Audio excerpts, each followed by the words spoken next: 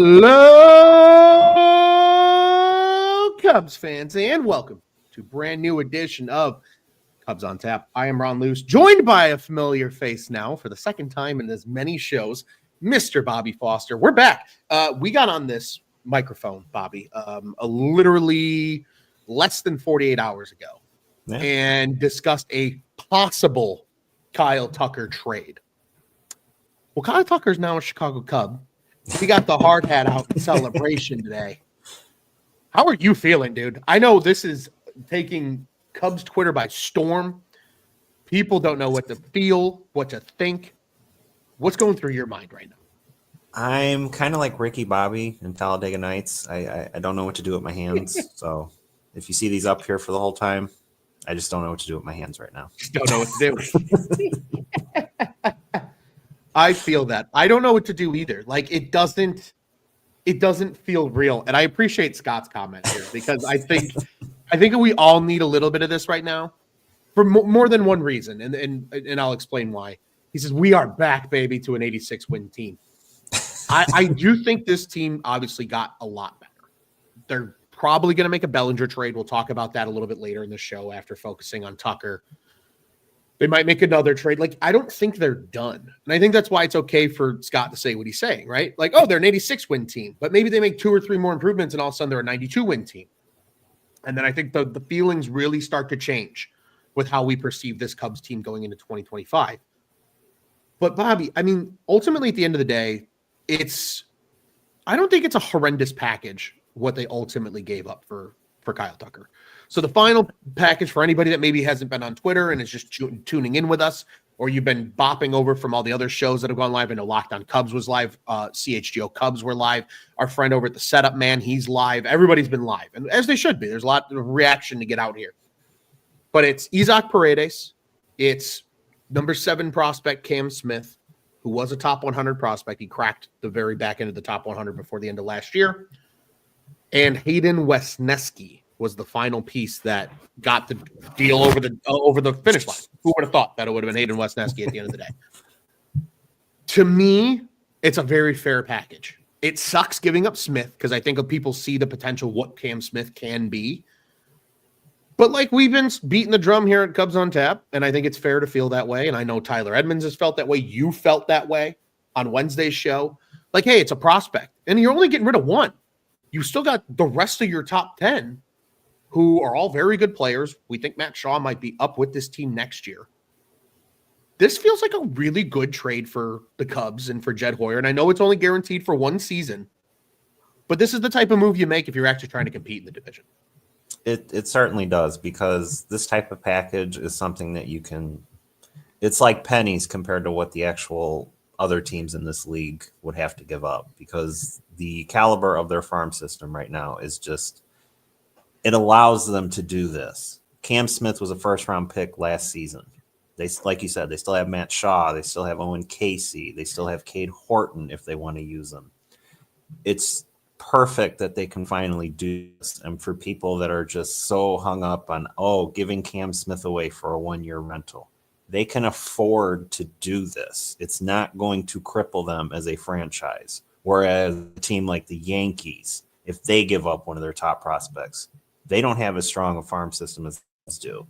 That is what played into the Cubs' favor here, because they looked at this trade and said, we can do this. We're just giving up one of these big guys in our farm system that we have confidence in. Okay, I'm sold. Not 2 or 3 of them.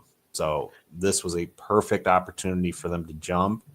And to their credit and to my surprise, they did. I think that's the key, right, Bobby? Like, I sit back and I think about this, and I remember what the reports have looked like over the last 48 to 72 hours, right? We heard it's going to be Paredes and Seiya and more, right? We heard then that Cam Smith was getting involved as a name. We then heard that, okay, now it's, maybe they need more. Maybe it's a Jordan Wicks. Maybe it's a Ben Brown. For them to get Hayden Wesneski, who I love Hayden. I think he's a good pitcher. Yeah, I do too. The Cubs have a lot of guys that are like Hayden Wesneski right now, right? They have the, the Ben Browns, the Jordan Wicks, the Javier Sads of the world. They're all very similar. So they could absolutely part with one of them. And I agree with you. They still have 90% of their big guns in terms of the big prospects. You give away one guy to go get, in my opinion, a league superstar. Like, I don't think Kyle Tucker gets the love that he should in baseball. And it's probably because he played for the Astros and they've been good, and people sometimes will overlook superstars. Yeah, and you kind of get buried too when you're on a team with Altuve, Bregman, Alvarez, those kind of guys. You kind of get lost in the fray. Whereas if you're on a team like the Cubs, you're instantly that team. You're that superstar that's needed for a franchise. And like our previous commentator said, oh, now we're in 86 games. Well, like you said, they're probably not done. But they knocked out the biggest need this entire team has needed since the trading off of the World Series glory.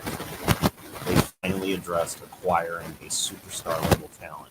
They didn't go through the whole thing they did with Correa just to end up with Andrelton Simmons. They finally got somebody, and that's the biggest thing that they've done this offseason. 100%. It's hard to ignore the level of this move. And Bobby, I'm gonna pop over to our comments section here really quick. Jeff Farron a little bit earlier, have to give up something to get something. Absolutely. He hopes that he just re-signs after next year. I like what Sonny has to say, and this is what I keep telling myself right now. And I think this is going to get me more excited about this trade as it goes. I'm not worried about what happens a year from now. Jed did what Sonny has been begging him to do for the last 3+ years. Cheers to him. That is the biggest thing right now with how everything transpired here, because you like you said, you went out and got the guy. It's not we're aiming for Tucker, but we're going to end up with not a shot at him, but like a Michael Conforto. I know he's signed, but it's that type of level. That caliber, yeah. You go get a true star player. And Scott followed that up. He said he liked Assad more than Wesneski. Probably the last decision that needed to finalize the trade. And that's what it sounded like from everything that was being reported was, would the Cubs include Wesneski? That'll get it over the finish line. And I think at the end of the day, we have to be excited about the fact that, like, it really doesn't feel like a horrendous overpay, even for 1 year. We've seen what Juan Soto cost in both the Yankees and the Padres in different times for the respective franchises. Like, there's been a lot more given up, I think, over the course of the last 4, 5, 6 years for some of these star players than what the Cubs gave up for a guy like Kyle Tucker. And most importantly, Bobby, and obviously I want to reiterate some of Kyle Tucker's stats, but I think this is important and it kind of starts to sway our discussion in the next direction here. There's more moves coming. There's certainly a Bellinger trade on the horizon here. There is certainly opportunity for a Nico Horner trade to upgrade pitching. There's a lot more that can be done. And you still have all the other prospects at your disposal. You still have Owen Casey, James Triantos, Moises Ballesteros, Matt Shaw, who I don't think they're trading. He's probably the one prospect they're probably not trading. But we're at that point now where the possibilities are endless. And it's doubtful to think that they're done, because the fact that, Bobby, to your point, right? You said you were the most excited about Correa, and this felt like it had the most legs. It feels like this year's Cubs rumors have had the most legs that they've ever had. Even the Nico Horner rumors to Seattle, the Bellinger rumors to New York. Like, there's legit reporting behind these, not just bullshit rumors on the internet. And I think that's why we can get excited about this. Like, it's not done. This is the big dick swinging move, right, that we talked about on Wednesday, Bobby. But it's close. It's really, really close. And I do like what Scott from Iowa says here. The deal was finalized at 1:20 on a Friday afternoon. How can you not be romantic about baseball? I tend to agree. Yeah. I tend to agree. Bobby, I guess that now the question I have for you, though, is what if a very casual Cubs fan were to come up to you and they're like, I don't watch Houston Astros baseball. I can look at a box score. Describe to other Cubs fans, like, what should we expect? from a Kyle Tucker at Wrigley Field, especially in right field. A guy who's a Gold Glover, a guy who's a Silver Slugger, a guy who's gotten MVP votes more than once in his career. What should a casual fan that maybe doesn't know a whole lot about the league as in general be looking forward to with a guy like Kyle Tucker? Well, I think if you're looking at a guy like Kyle Tucker with the average fan, you're going to tell them, look at Juan Soto, and then look at this guy. This guy is more of the Juan Soto light that you can get. If you don't want to play in that big of a pool, if you don't think that Juan Soto is worth all that money, your team that you casually watch just got a player who's probably a rung right below Juan Soto for half the cost this season. And a guy that is still young enough, he's not 30, he's not 31, and you're going to try and sign him to a 10-year contract. He's got age on his side, and he's only growing from what he is now. So it's like you can't be mad at a trade like this because of all the years that they have just sat on their laurels. They've preached that they want to have intelligent spending done, and they want to treat this as a Tampa Bay Rays mom and pop operation. You can't get mad at a move like this for them finally asserting themselves in this town for once. Because, you have Caleb Williams as a Bear. You have Connor Bedard with the Blackhawks. Now you have a baseball team that has a star. And no offense to Luis Robert, but he is no Kyle Tucker. Agreed wholeheartedly. He is not Kyle Tucker. Bobby, I want to share some stats with people. And this is kind of the full thing. I know we didn't get too deep into the stats on Wednesday when we talked, but we talked a lot about his 2024 season, which was obviously, unfortunately, the most underwhelming, but not really all that underwhelming because he still was a 993 OPS player in just 78 games. And in 78 games would have finished either first or second on the Cubs in just about every statistical batting category that there is right now, which is, some might say, borderline crazy. But these are the other numbers that he's put up since 2021, which 2021 was really the first year he became like a full big leaguer. Obviously, we saw spurts of him in those earlier years with the Astros, but that was the year that he finally played more than 58 games, which he played in 2020 in the shortened season. 30 homers, 29 homers, 23 homers, 92 RBIs, 107 RBIs, 112 RBIs, 49 RBIs. Mind you, those last numbers are in only 78 games. 14, 25, 30, 11 stolen bases, 83, 71, 97, 56 runs scored, 37, 28, 37, 13 doubles, 916, 808, 886, 993 OPS. And here's the big kicker. How many times have we heard Jed Hoyer and Carter Hawkins talk about those guys going from 2 to 4 win players? Right? We've heard that a lot. Guys need to be, we need Pete CA to go from a 2.3 WAR player to a 4 WAR player next year. How about getting a guy that was a 5.71, a 5.1, a 5.41, and a 4.69 WAR player over the last 4 years? Yeah. That's hot. That'll get the job done. There's not a lot of guys in baseball that are more than a 5 WAR player. They're very few and they're very far between. And Kyle Tucker is the best Cubs baseball player that they have had since MVP Chris Bryant. This is what I'm telling myself. This is the best player they've had in 8 years on their roster. And it's crazy to think about, but it's exciting that, and sure, maybe it's for 1 year, but I'm ready to ride that roller coaster. I am so ready to just put 2025 in a vacuum and say, this is the team. Maybe they fuck around and do something stupid. And we all get what we want. Even if Kyle Tucker doesn't resign, we're all still really happy. Maybe. I'm very intrigued to see what happens. Bobby, you also brought up and brought to my attention a quote supposedly from Tucker. It's not an official quote, but this was posted by Cubs Zone. According to Jesse Rogers, very reliable source, ESPN obviously reports here out of Chicago. He said that Kyle Tucker is beyond thrilled to be joining the Chicago Cubs. Quote, this is what Jesse Rogers said. He said, quote, I've already talked to some of Tucker's people, and he is beyond thrilled to be joining what he said was an iconic franchise. It's kind of nice, Bobby, that it feels like people still appreciate what Wrigley is and what the Cubs are. And for once, even if this is the one really, really, really big move that they make, they're acting like a big league, a big time franchise like they actually are. And it's a breath of fresh air in this cold December that we're experiencing right now in Chicago. It's just remarkable how far they've come since when Theo Epstein stepped down. It's amazing because these last couple seasons, fans are sitting there and waiting for something, for a move to happen.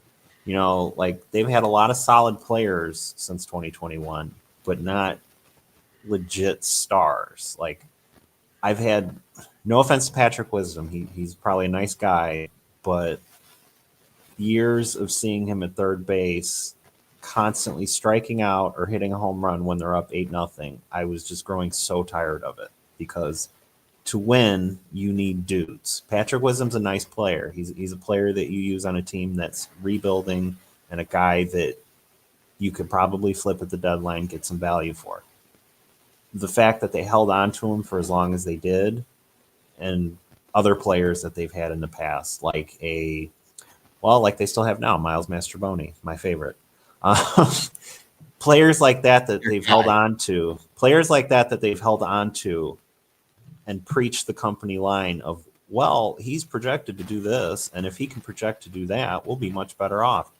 Mm-hmm. No, you're trying to acquire players that have already proven it. It's fine to have players that you have high hopes for, players that you think can outperform what they've done the previous season, but have a whole team filled with those kind of guys. That's not a recipe for success. That's not being the Cleveland Guardians. That's not being the Tampa Bay Rays. That's just being, just like I've said in the past, it's a cautious approach to trying to field a playoff caliber team. And to be a playoff caliber team, you have to make some risks because there's a great quote from Andrew Friedman. I'm probably butchering it, but I'll paraphrase it. It's, if you don't overbid, you're always going to finish second in free agency. That's something that Jed Hoyer has just not wanted to do. And to his credit, he still doesn't kind of want to do that in free agency, but to make a trade is still pretty good. And the type of price that he paid for the services of a Kyle Tucker, I can't get mad at, because even if it was an overpay, to me personally, even if it was an overpay, I still can't get mad at it because he's finally attempting to do something. And that's all I've wanted for the past 3 to 4 years. Make a bold move, and this is it. Exactly. This isn't the signing a middling player and hoping they come in and exceed expectation. This is bringing in a big fish who, realistically, I think if he played anywhere else over the last 5 years, like you said, right, he was amongst a bunch of dudes and wasn't necessarily the dude, but he's as good as most dudes that are that dude on their respective teams, right? The Juan Sotos of the world, Mookie Betts, Freddie Freeman, like he's in that echelon of those type of players. Again, this is the best Cubs player that we've seen since MVP Chris Bryant. Like physical talent-wise, coming into these doors, like this is the guy. And I know Bellinger is a former MVP himself, and we saw that 881 OPS year from Belly in 2023, which was great, and it was awesome, and it was a fun ride watching him carry that team late in the season. But even Bellinger was a shell of himself, whereas it feels like Kyle Tucker is just as good, if not getting better than where he's been. He's going to be 28 at the start of next season. He actually turns 28, I believe, in like less than a month. I think it's like middle of January that he turns 28. So you got him next year at age 28. Even if you do pay him for 10 years, you got him in his prime and then some for, a couple of years. And I'd love to see them pay him. I hope they do. I don't know if it's going to happen, but I hope they do. This is, like you said, the big swing that they needed to take, and they finally did it. Scott with a little bit earlier comment here. He said, tin hat theory. What if the Cubs told the Yankees they wanted a closer, so they went and traded for Williams because the Brewers wouldn't trade him to the Cubs? That is very tinfoil hat take. I don't know if that's going to happen, but I mean, we've seen it already this offseason, like in a minor trade, Toronto trading Spencer Horwitz to Cleveland, and Cleveland only to flip him to Pittsburgh. Yeah, I mean, it's not out of the realm, but still, it's probably unlikely, unfortunately. I would say it's unlikely too. I would take Luke Weaver at this point. Just give me somebody. Give me somebody who can nab that ninth inning role to just lock it down. That's what they need. That's their next big need. And a starter. Yeah, and Weaver. I'm good. Weaver was incredible for the Yanks last year. Yeah. I think this is more so the Yankees with getting Williams is replacing Clay Holmes, who they've now lost to the Mets. Obviously, he's going to go start for the Mets, but that was their ninth inning guy, and now they needed to replace him, and they're doing so. And then one other comment here from Scott.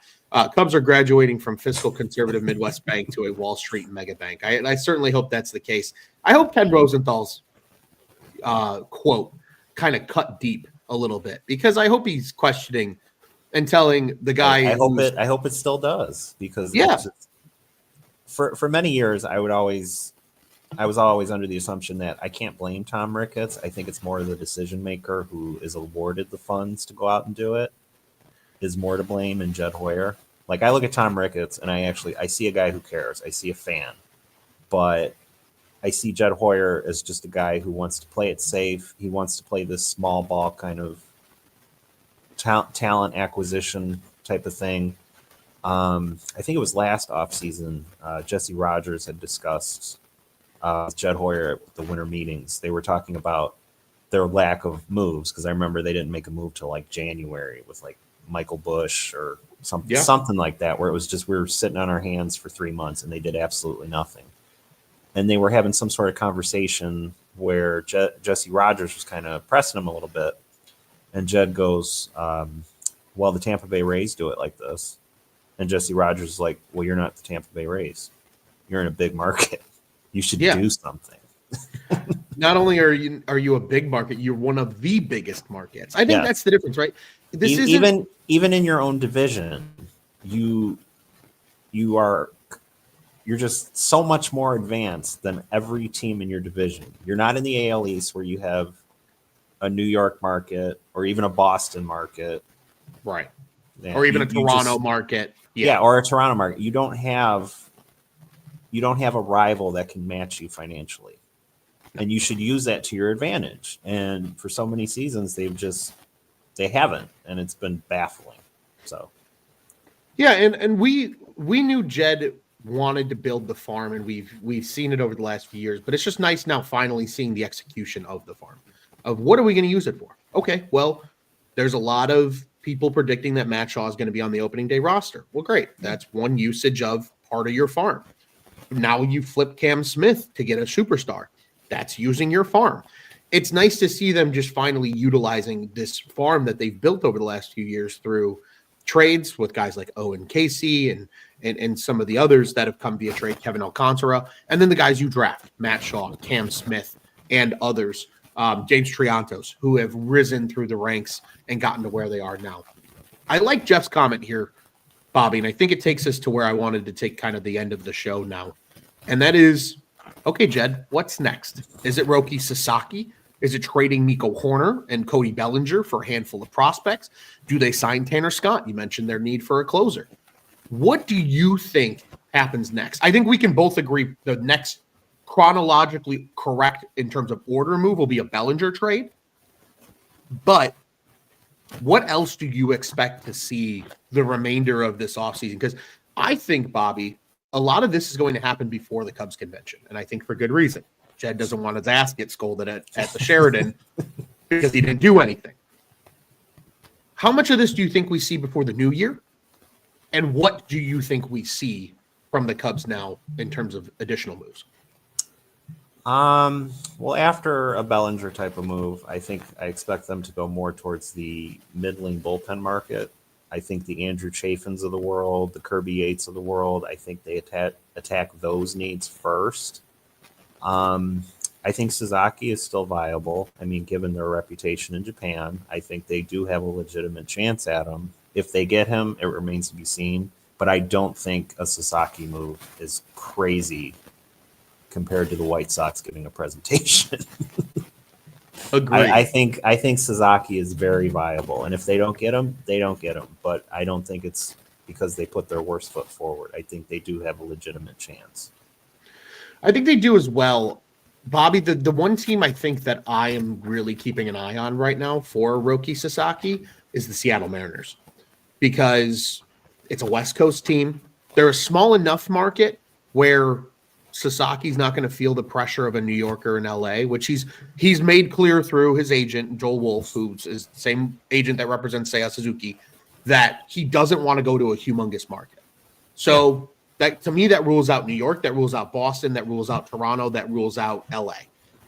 San Diego, I think, is very viable. I think I was going to Chicago, say, I was going to say with San Diego, I think that's very viable because I do know there's rumblings of a Dylan Cease potential move.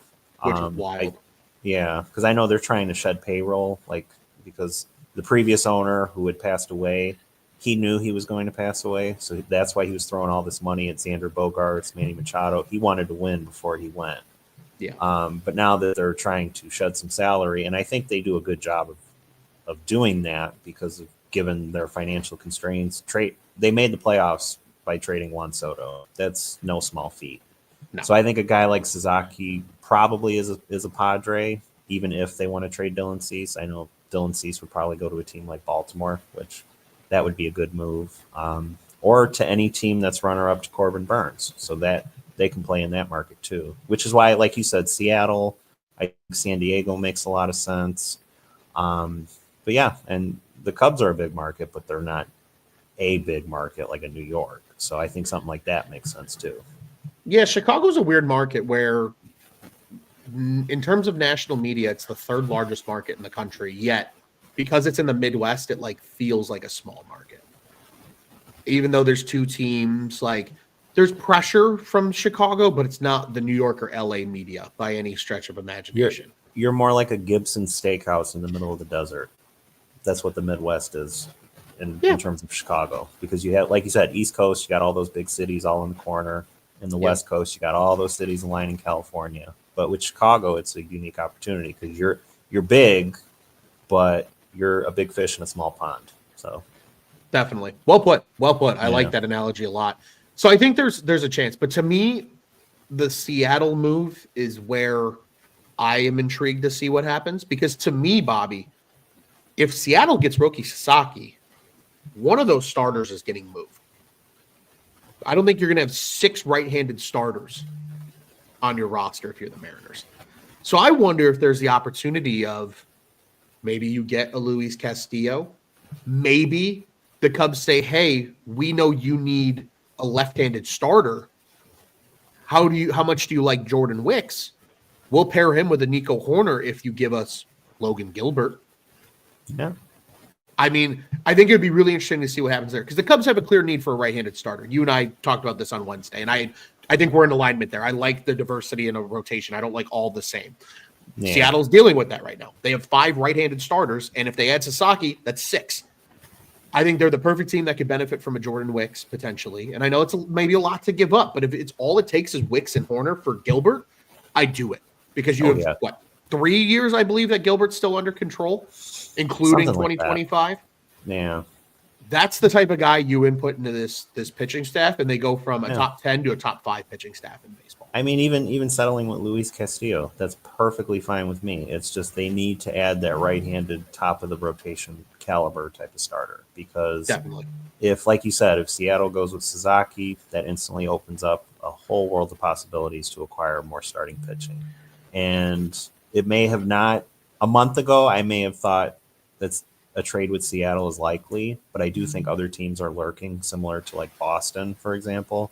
I've read reports stating that after Crochet, they're not done and they want to add one more starter, and they've talked with Seattle. So that kind of worries me a bit. But like you said, they've got tons of starters. So if they want to move 2 of them, so be it. Yeah, they absolutely could move 2, especially if they're able to bring in a Roki Sasaki. I think they have enough pitching depth in that organization where they can backfill that spot as a 5th starter very easily, especially if they're able to upgrade their offense, which we all know was their biggest issue a year ago. Probably what kept them out of the playoffs was the lack of a competent offense on a day-to-day basis, even though they had, the second best pitching staff, I believe, in baseball, if we're going by ERA. Bobby, do you think this is another question I have because it's relevant within the world of social media right now. Do you think there's a world where a Bellinger trade to New York could feature a Nico Horner? That I don't really think is likely. I think this is pretty much a race to see who will blink first in terms of how much salary is going to get shed, because I think that's the most important thing. I don't think Jed Hoyer pairs Nico Horner and says, hey, to sweeten the pot, I'll give you Nico Horner, just take more money. I don't see that. I think Nico as a separate entity for another team makes a lot more sense. At this point, if you want to trade Cody Bellinger, which in my opinion, I don't want to, because he gives you that first base, that outfield flexibility. I'm probably in a minor camp where I would be more inclined to trade a Suzuki just because his positional value is limited. I would be one to hold on to Cody Bellinger because, I have a big market mentality because my team is in a big market, but Jed Hoyer doesn't have that. No. But yeah, if you want to trade Cody Bellinger at this point, if you want to just cut your losses, if you want to save that money, go for it. You know what? You know what I think is kind of funny? Just kind of wrapping back to what you just said about big market. There's not a lot of dollar difference between Seiya Suzuki and Cody Bellinger. No.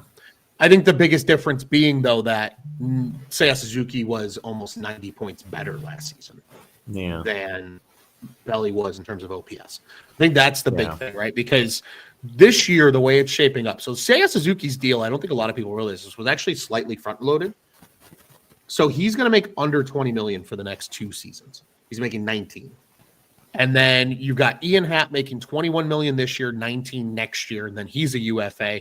And then Bellinger's obviously making the 27.5 this year. He has a $25 million option for next year, which I really believe is a $20 million option. And then the 5 is technically part of the buyout. I don't know. But you can make the argument that, there's only a $8 million difference between Seiya Suzuki and Bellinger, but Seiya Suzuki was an 848 OPS player, which was 18th in baseball.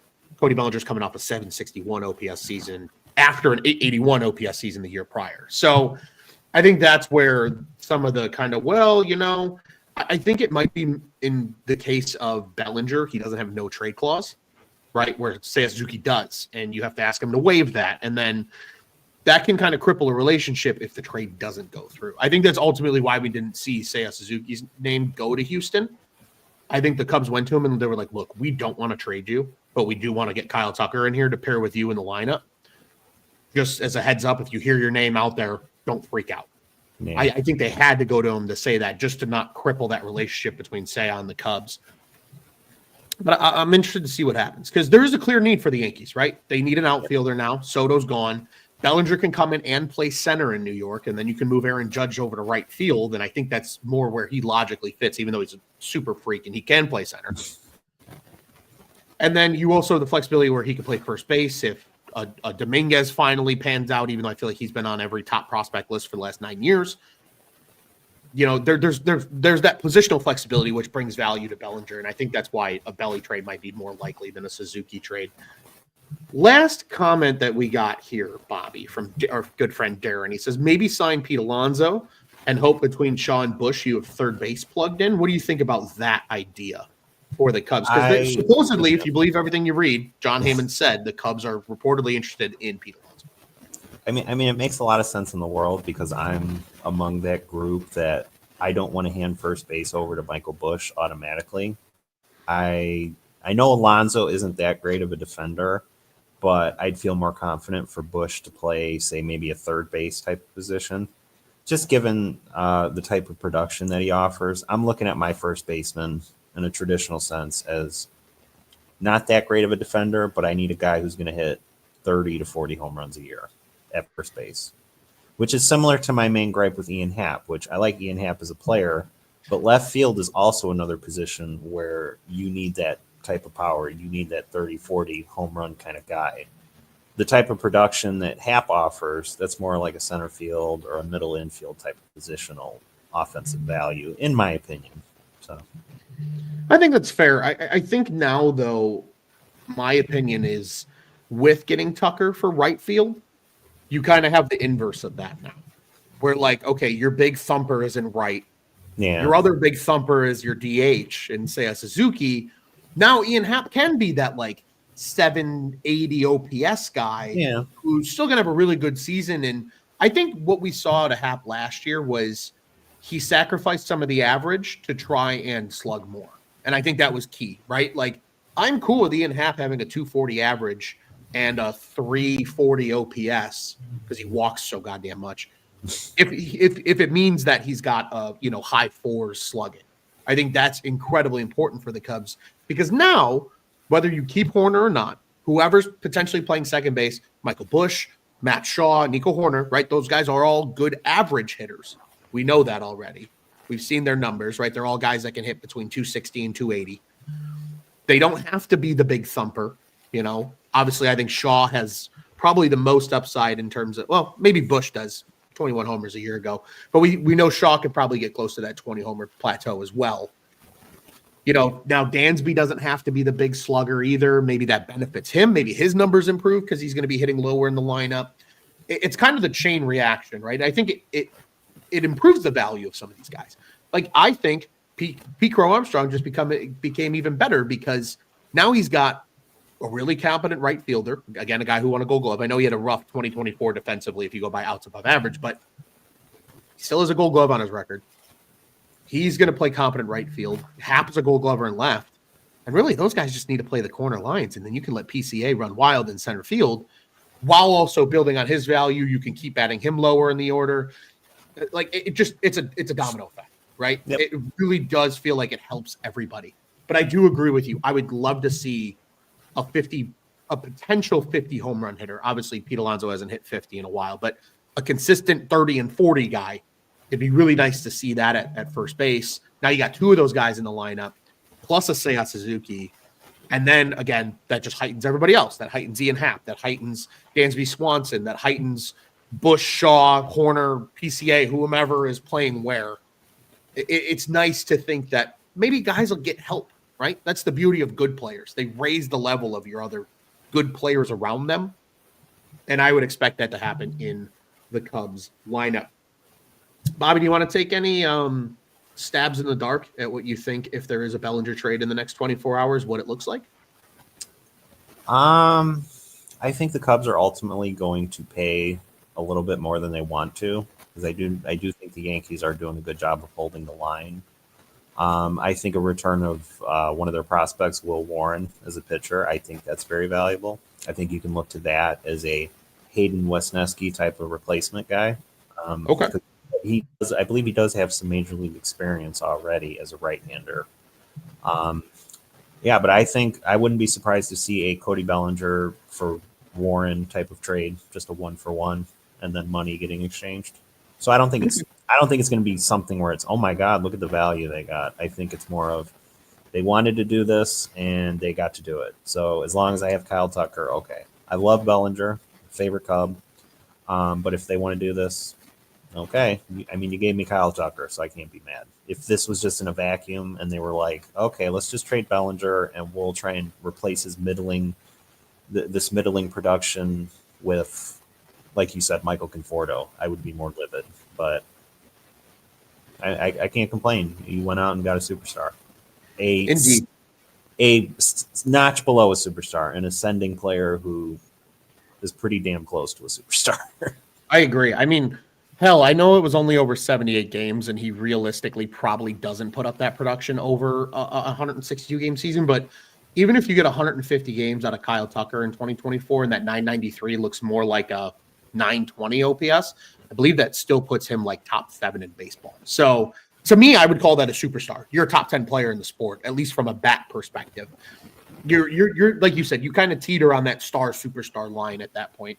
And again, I think Kyle Tucker is only going to continue to get better. I think that's why this trade is so important, because I think there's a world we could see Kyle Tucker have like a Juan Soto level season next year. Maybe not the same OBP and slug numbers, but like pretty damn close. He's going to be probably hovering right around a 900 OPS. And again, the Cubs haven't seen a guy like that in Lord knows how long. It's been quite a while. Speaking of Will Warren here really quickly, Bobby, just a couple of stats for those that are curious. 3 minor league seasons under his belt. 2022 was his first year in the Yankee system.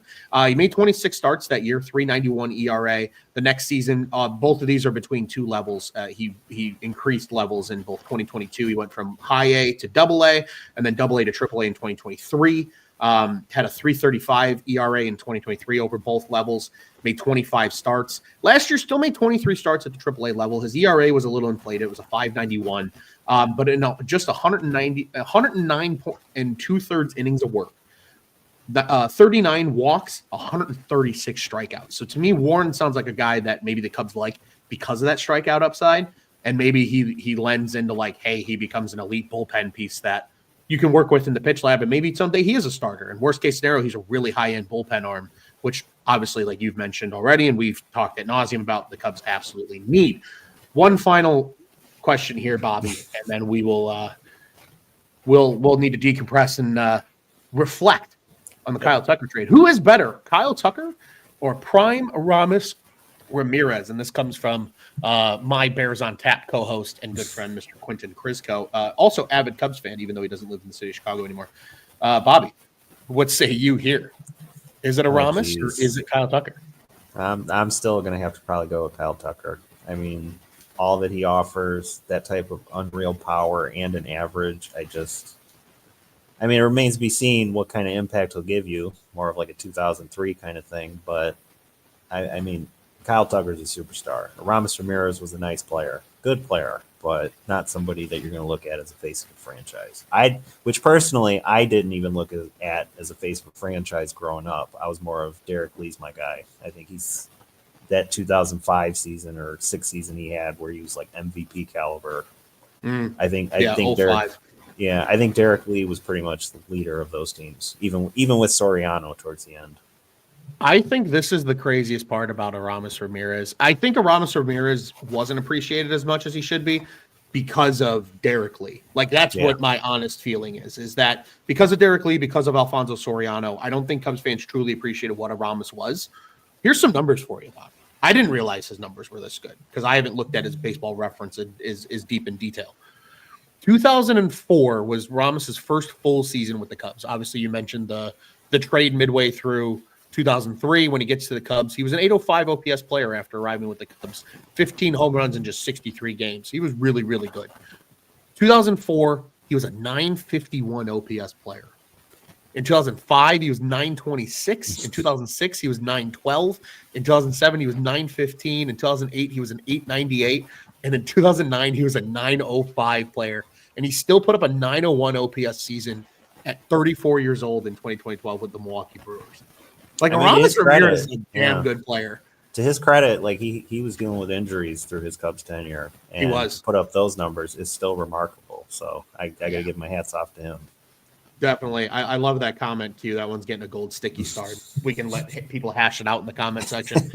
I mean, he was really good. Aramis Ramirez received MVP votes in 5 seasons as a big leaguer. He was 10th in MVP voting in 04, 17th in 06, 13th in 07, 10th in 08, and actually got top 10 when he was in Milwaukee, that first season in Milwaukee.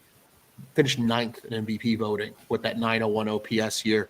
I mean, even his last year in baseball, he was still above a 700 OPS. Like, this guy, outside of, a couple of really slow starts in his career with the Pirates in the late 90s and early 2000s, I mean, he was a stud.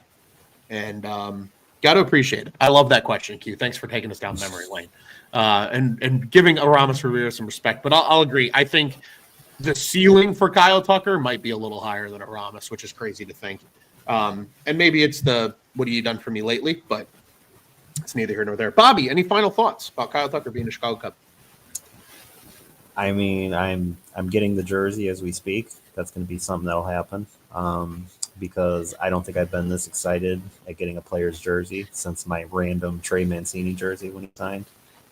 You always have those random players that you love, and when the Cubs do that, and that was the only saving grace for me during this period of mediocrity was, hey, if you're going to be mediocre, give me some players that I love on other teams just for loving them's sake. Fun. Like the Trey Mancinis of the world, the Zach Davies of the world, former Cub Jeremy Jeffress, 2020 closer, underrated.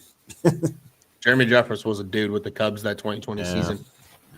I feel that. I am already thinking about that as well. I have a question with you. Speaking of jersey numbers, does Craig Counsell give up number 30 for Kyle Tucker, or does Kyle Tucker have to change his jersey number? I think he'll change his jersey number. I'm gonna be on that side.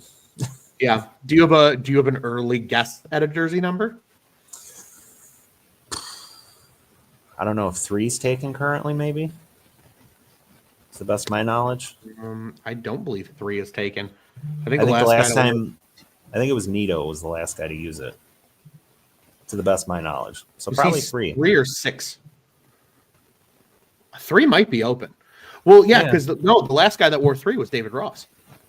Yeah, but I remember one more guy that they brought in. I don't know if it was Bethencourt or it was one of those catchers. I think that had number 3. That was War 3. Yeah, that Yeah. sounds right.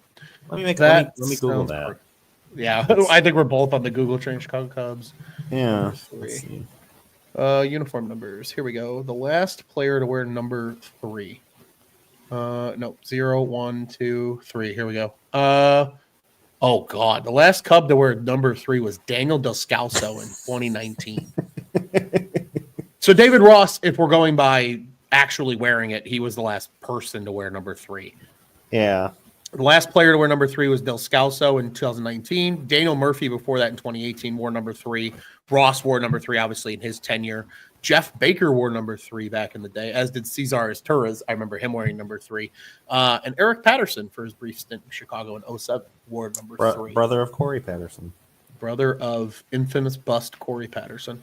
Yeah. Which is a shame because he was supposed to be a stud, but we all know how that went, which is neither here nor there. So seems like 3 is available. So we very well could see Kyle Tucker wear number 3. I think that would look fantastic on the Cubs, on a Cubs jersey. And I too will be on the lookout for a number announcement and a quick jersey, even if it's for one season. I don't give a damn. I think it's worth wearing. My final thought, Bobby, it doesn't feel real yet. It honestly doesn't. I will reflect on it later once my brain kind of subsides and I'm able to kind of relax. We got Blackhawks 4 Feathers is running this afternoon. Once I talk about some other sports and then I can come back to it, I think is when it'll really hit. But it's exciting. Like it's really cool that Kyle Tucker is a Chicago Cub. They made a big trade. They made something happen. And it was a pleasure getting to talk about it with you because we speculated it on Wednesday. We get to see it through to fruition here on Friday in the same way. A couple quick comments before we wrap it up. Darren still remembers Aramis wearing an Al Capone t-shirt while taking ground balls. He was a badass. He was a badass. I loved Aramis. And Jeff Farron says, I remember when he was they called him up from everybody's farm team, the Pirates. That big acquisition for the Cubs back in 2003, and obviously had a great career. Getting recognized by the Chicago Cubs Hall of Fame, I think that's well deserved for Aramis Ramirez. I think Dealey's next alongside him. Like that's my childhood of the Cubs is Aramis Ramirez and Derek Lee and Soriano and Kosuke Fukudome. Like that's my childhood growing up as a Cubs fan. So 2006 was pretty much like my first season where I was fully invested. I was old enough to be like, okay, now I'm fully invested. So I can remember the 2006 team off the top of my head, the Todd Walkers of the world, the Jacques Jones of the world. I loved Jacques Jones. That dude was severely underappreciated as a Chicago Cub. Well, Bobby, this was a good time. We have a new right fielder. Kyle Tucker is a member of the Chicago Cubs. I will warn our listeners, fully expect to be hearing from us probably before next week. If a Bellinger trade happens, it'll be an instant reaction type like this episode was. We'll also be back with a much larger crew. We have a lot of guys that are en route. Tyler Edmonds is on a plane today. We got some other guys out and about doing other things in just their natural day. So we'll have a show next week with a larger crowd. Hopefully Bobby's able to join us once again for that. And, the usual drill. We'll react, and especially with a couple days of hindsight to start thinking about some things. And I think it'll be a really good discussion and looking forward to that one at some point next week. But we send everybody on this Friday the 13th, Bobby. I realized that like right when we were getting ready to do the show that I was like, oh shit, it's Friday the 13th. Yeah. 13 is my lucky number. So maybe that has something to do with it. But the Cubs pull off a big trade. Kyle Tucker's a Chicago Cub. And we'll see what happens with the rest of the offseason now for Jed Hoyer and the front office. As always, want to remind everybody, we're one of the 2 shows here. Check out our friends over at the Dingers podcast. I fully expect them to be running. They ran earlier this week for the first time in the offseason. Expecting to probably hear from them either over the weekend or into early next week as well. Check them out on socials. Check us out as well at Cubbies on Tap. Follow Bobby, follow myself, follow our whole crew here at Cubs on Tap, and we will be back with you guys very soon. As always, follow Dealer Sports as well, ontapsportsnet.com, at ontapsportsnet on the socials. Follow the YouTube, like, subscribe, hit the bell button, and check out what's on tap in Chicago sports. Deep breaths. Kyle Tucker's a Cub. For now, we wish everybody a happy weekend. And Bobby, what do you say? Fuck the Cardinals? Yeah. Pretty And much. let's go Cubbies.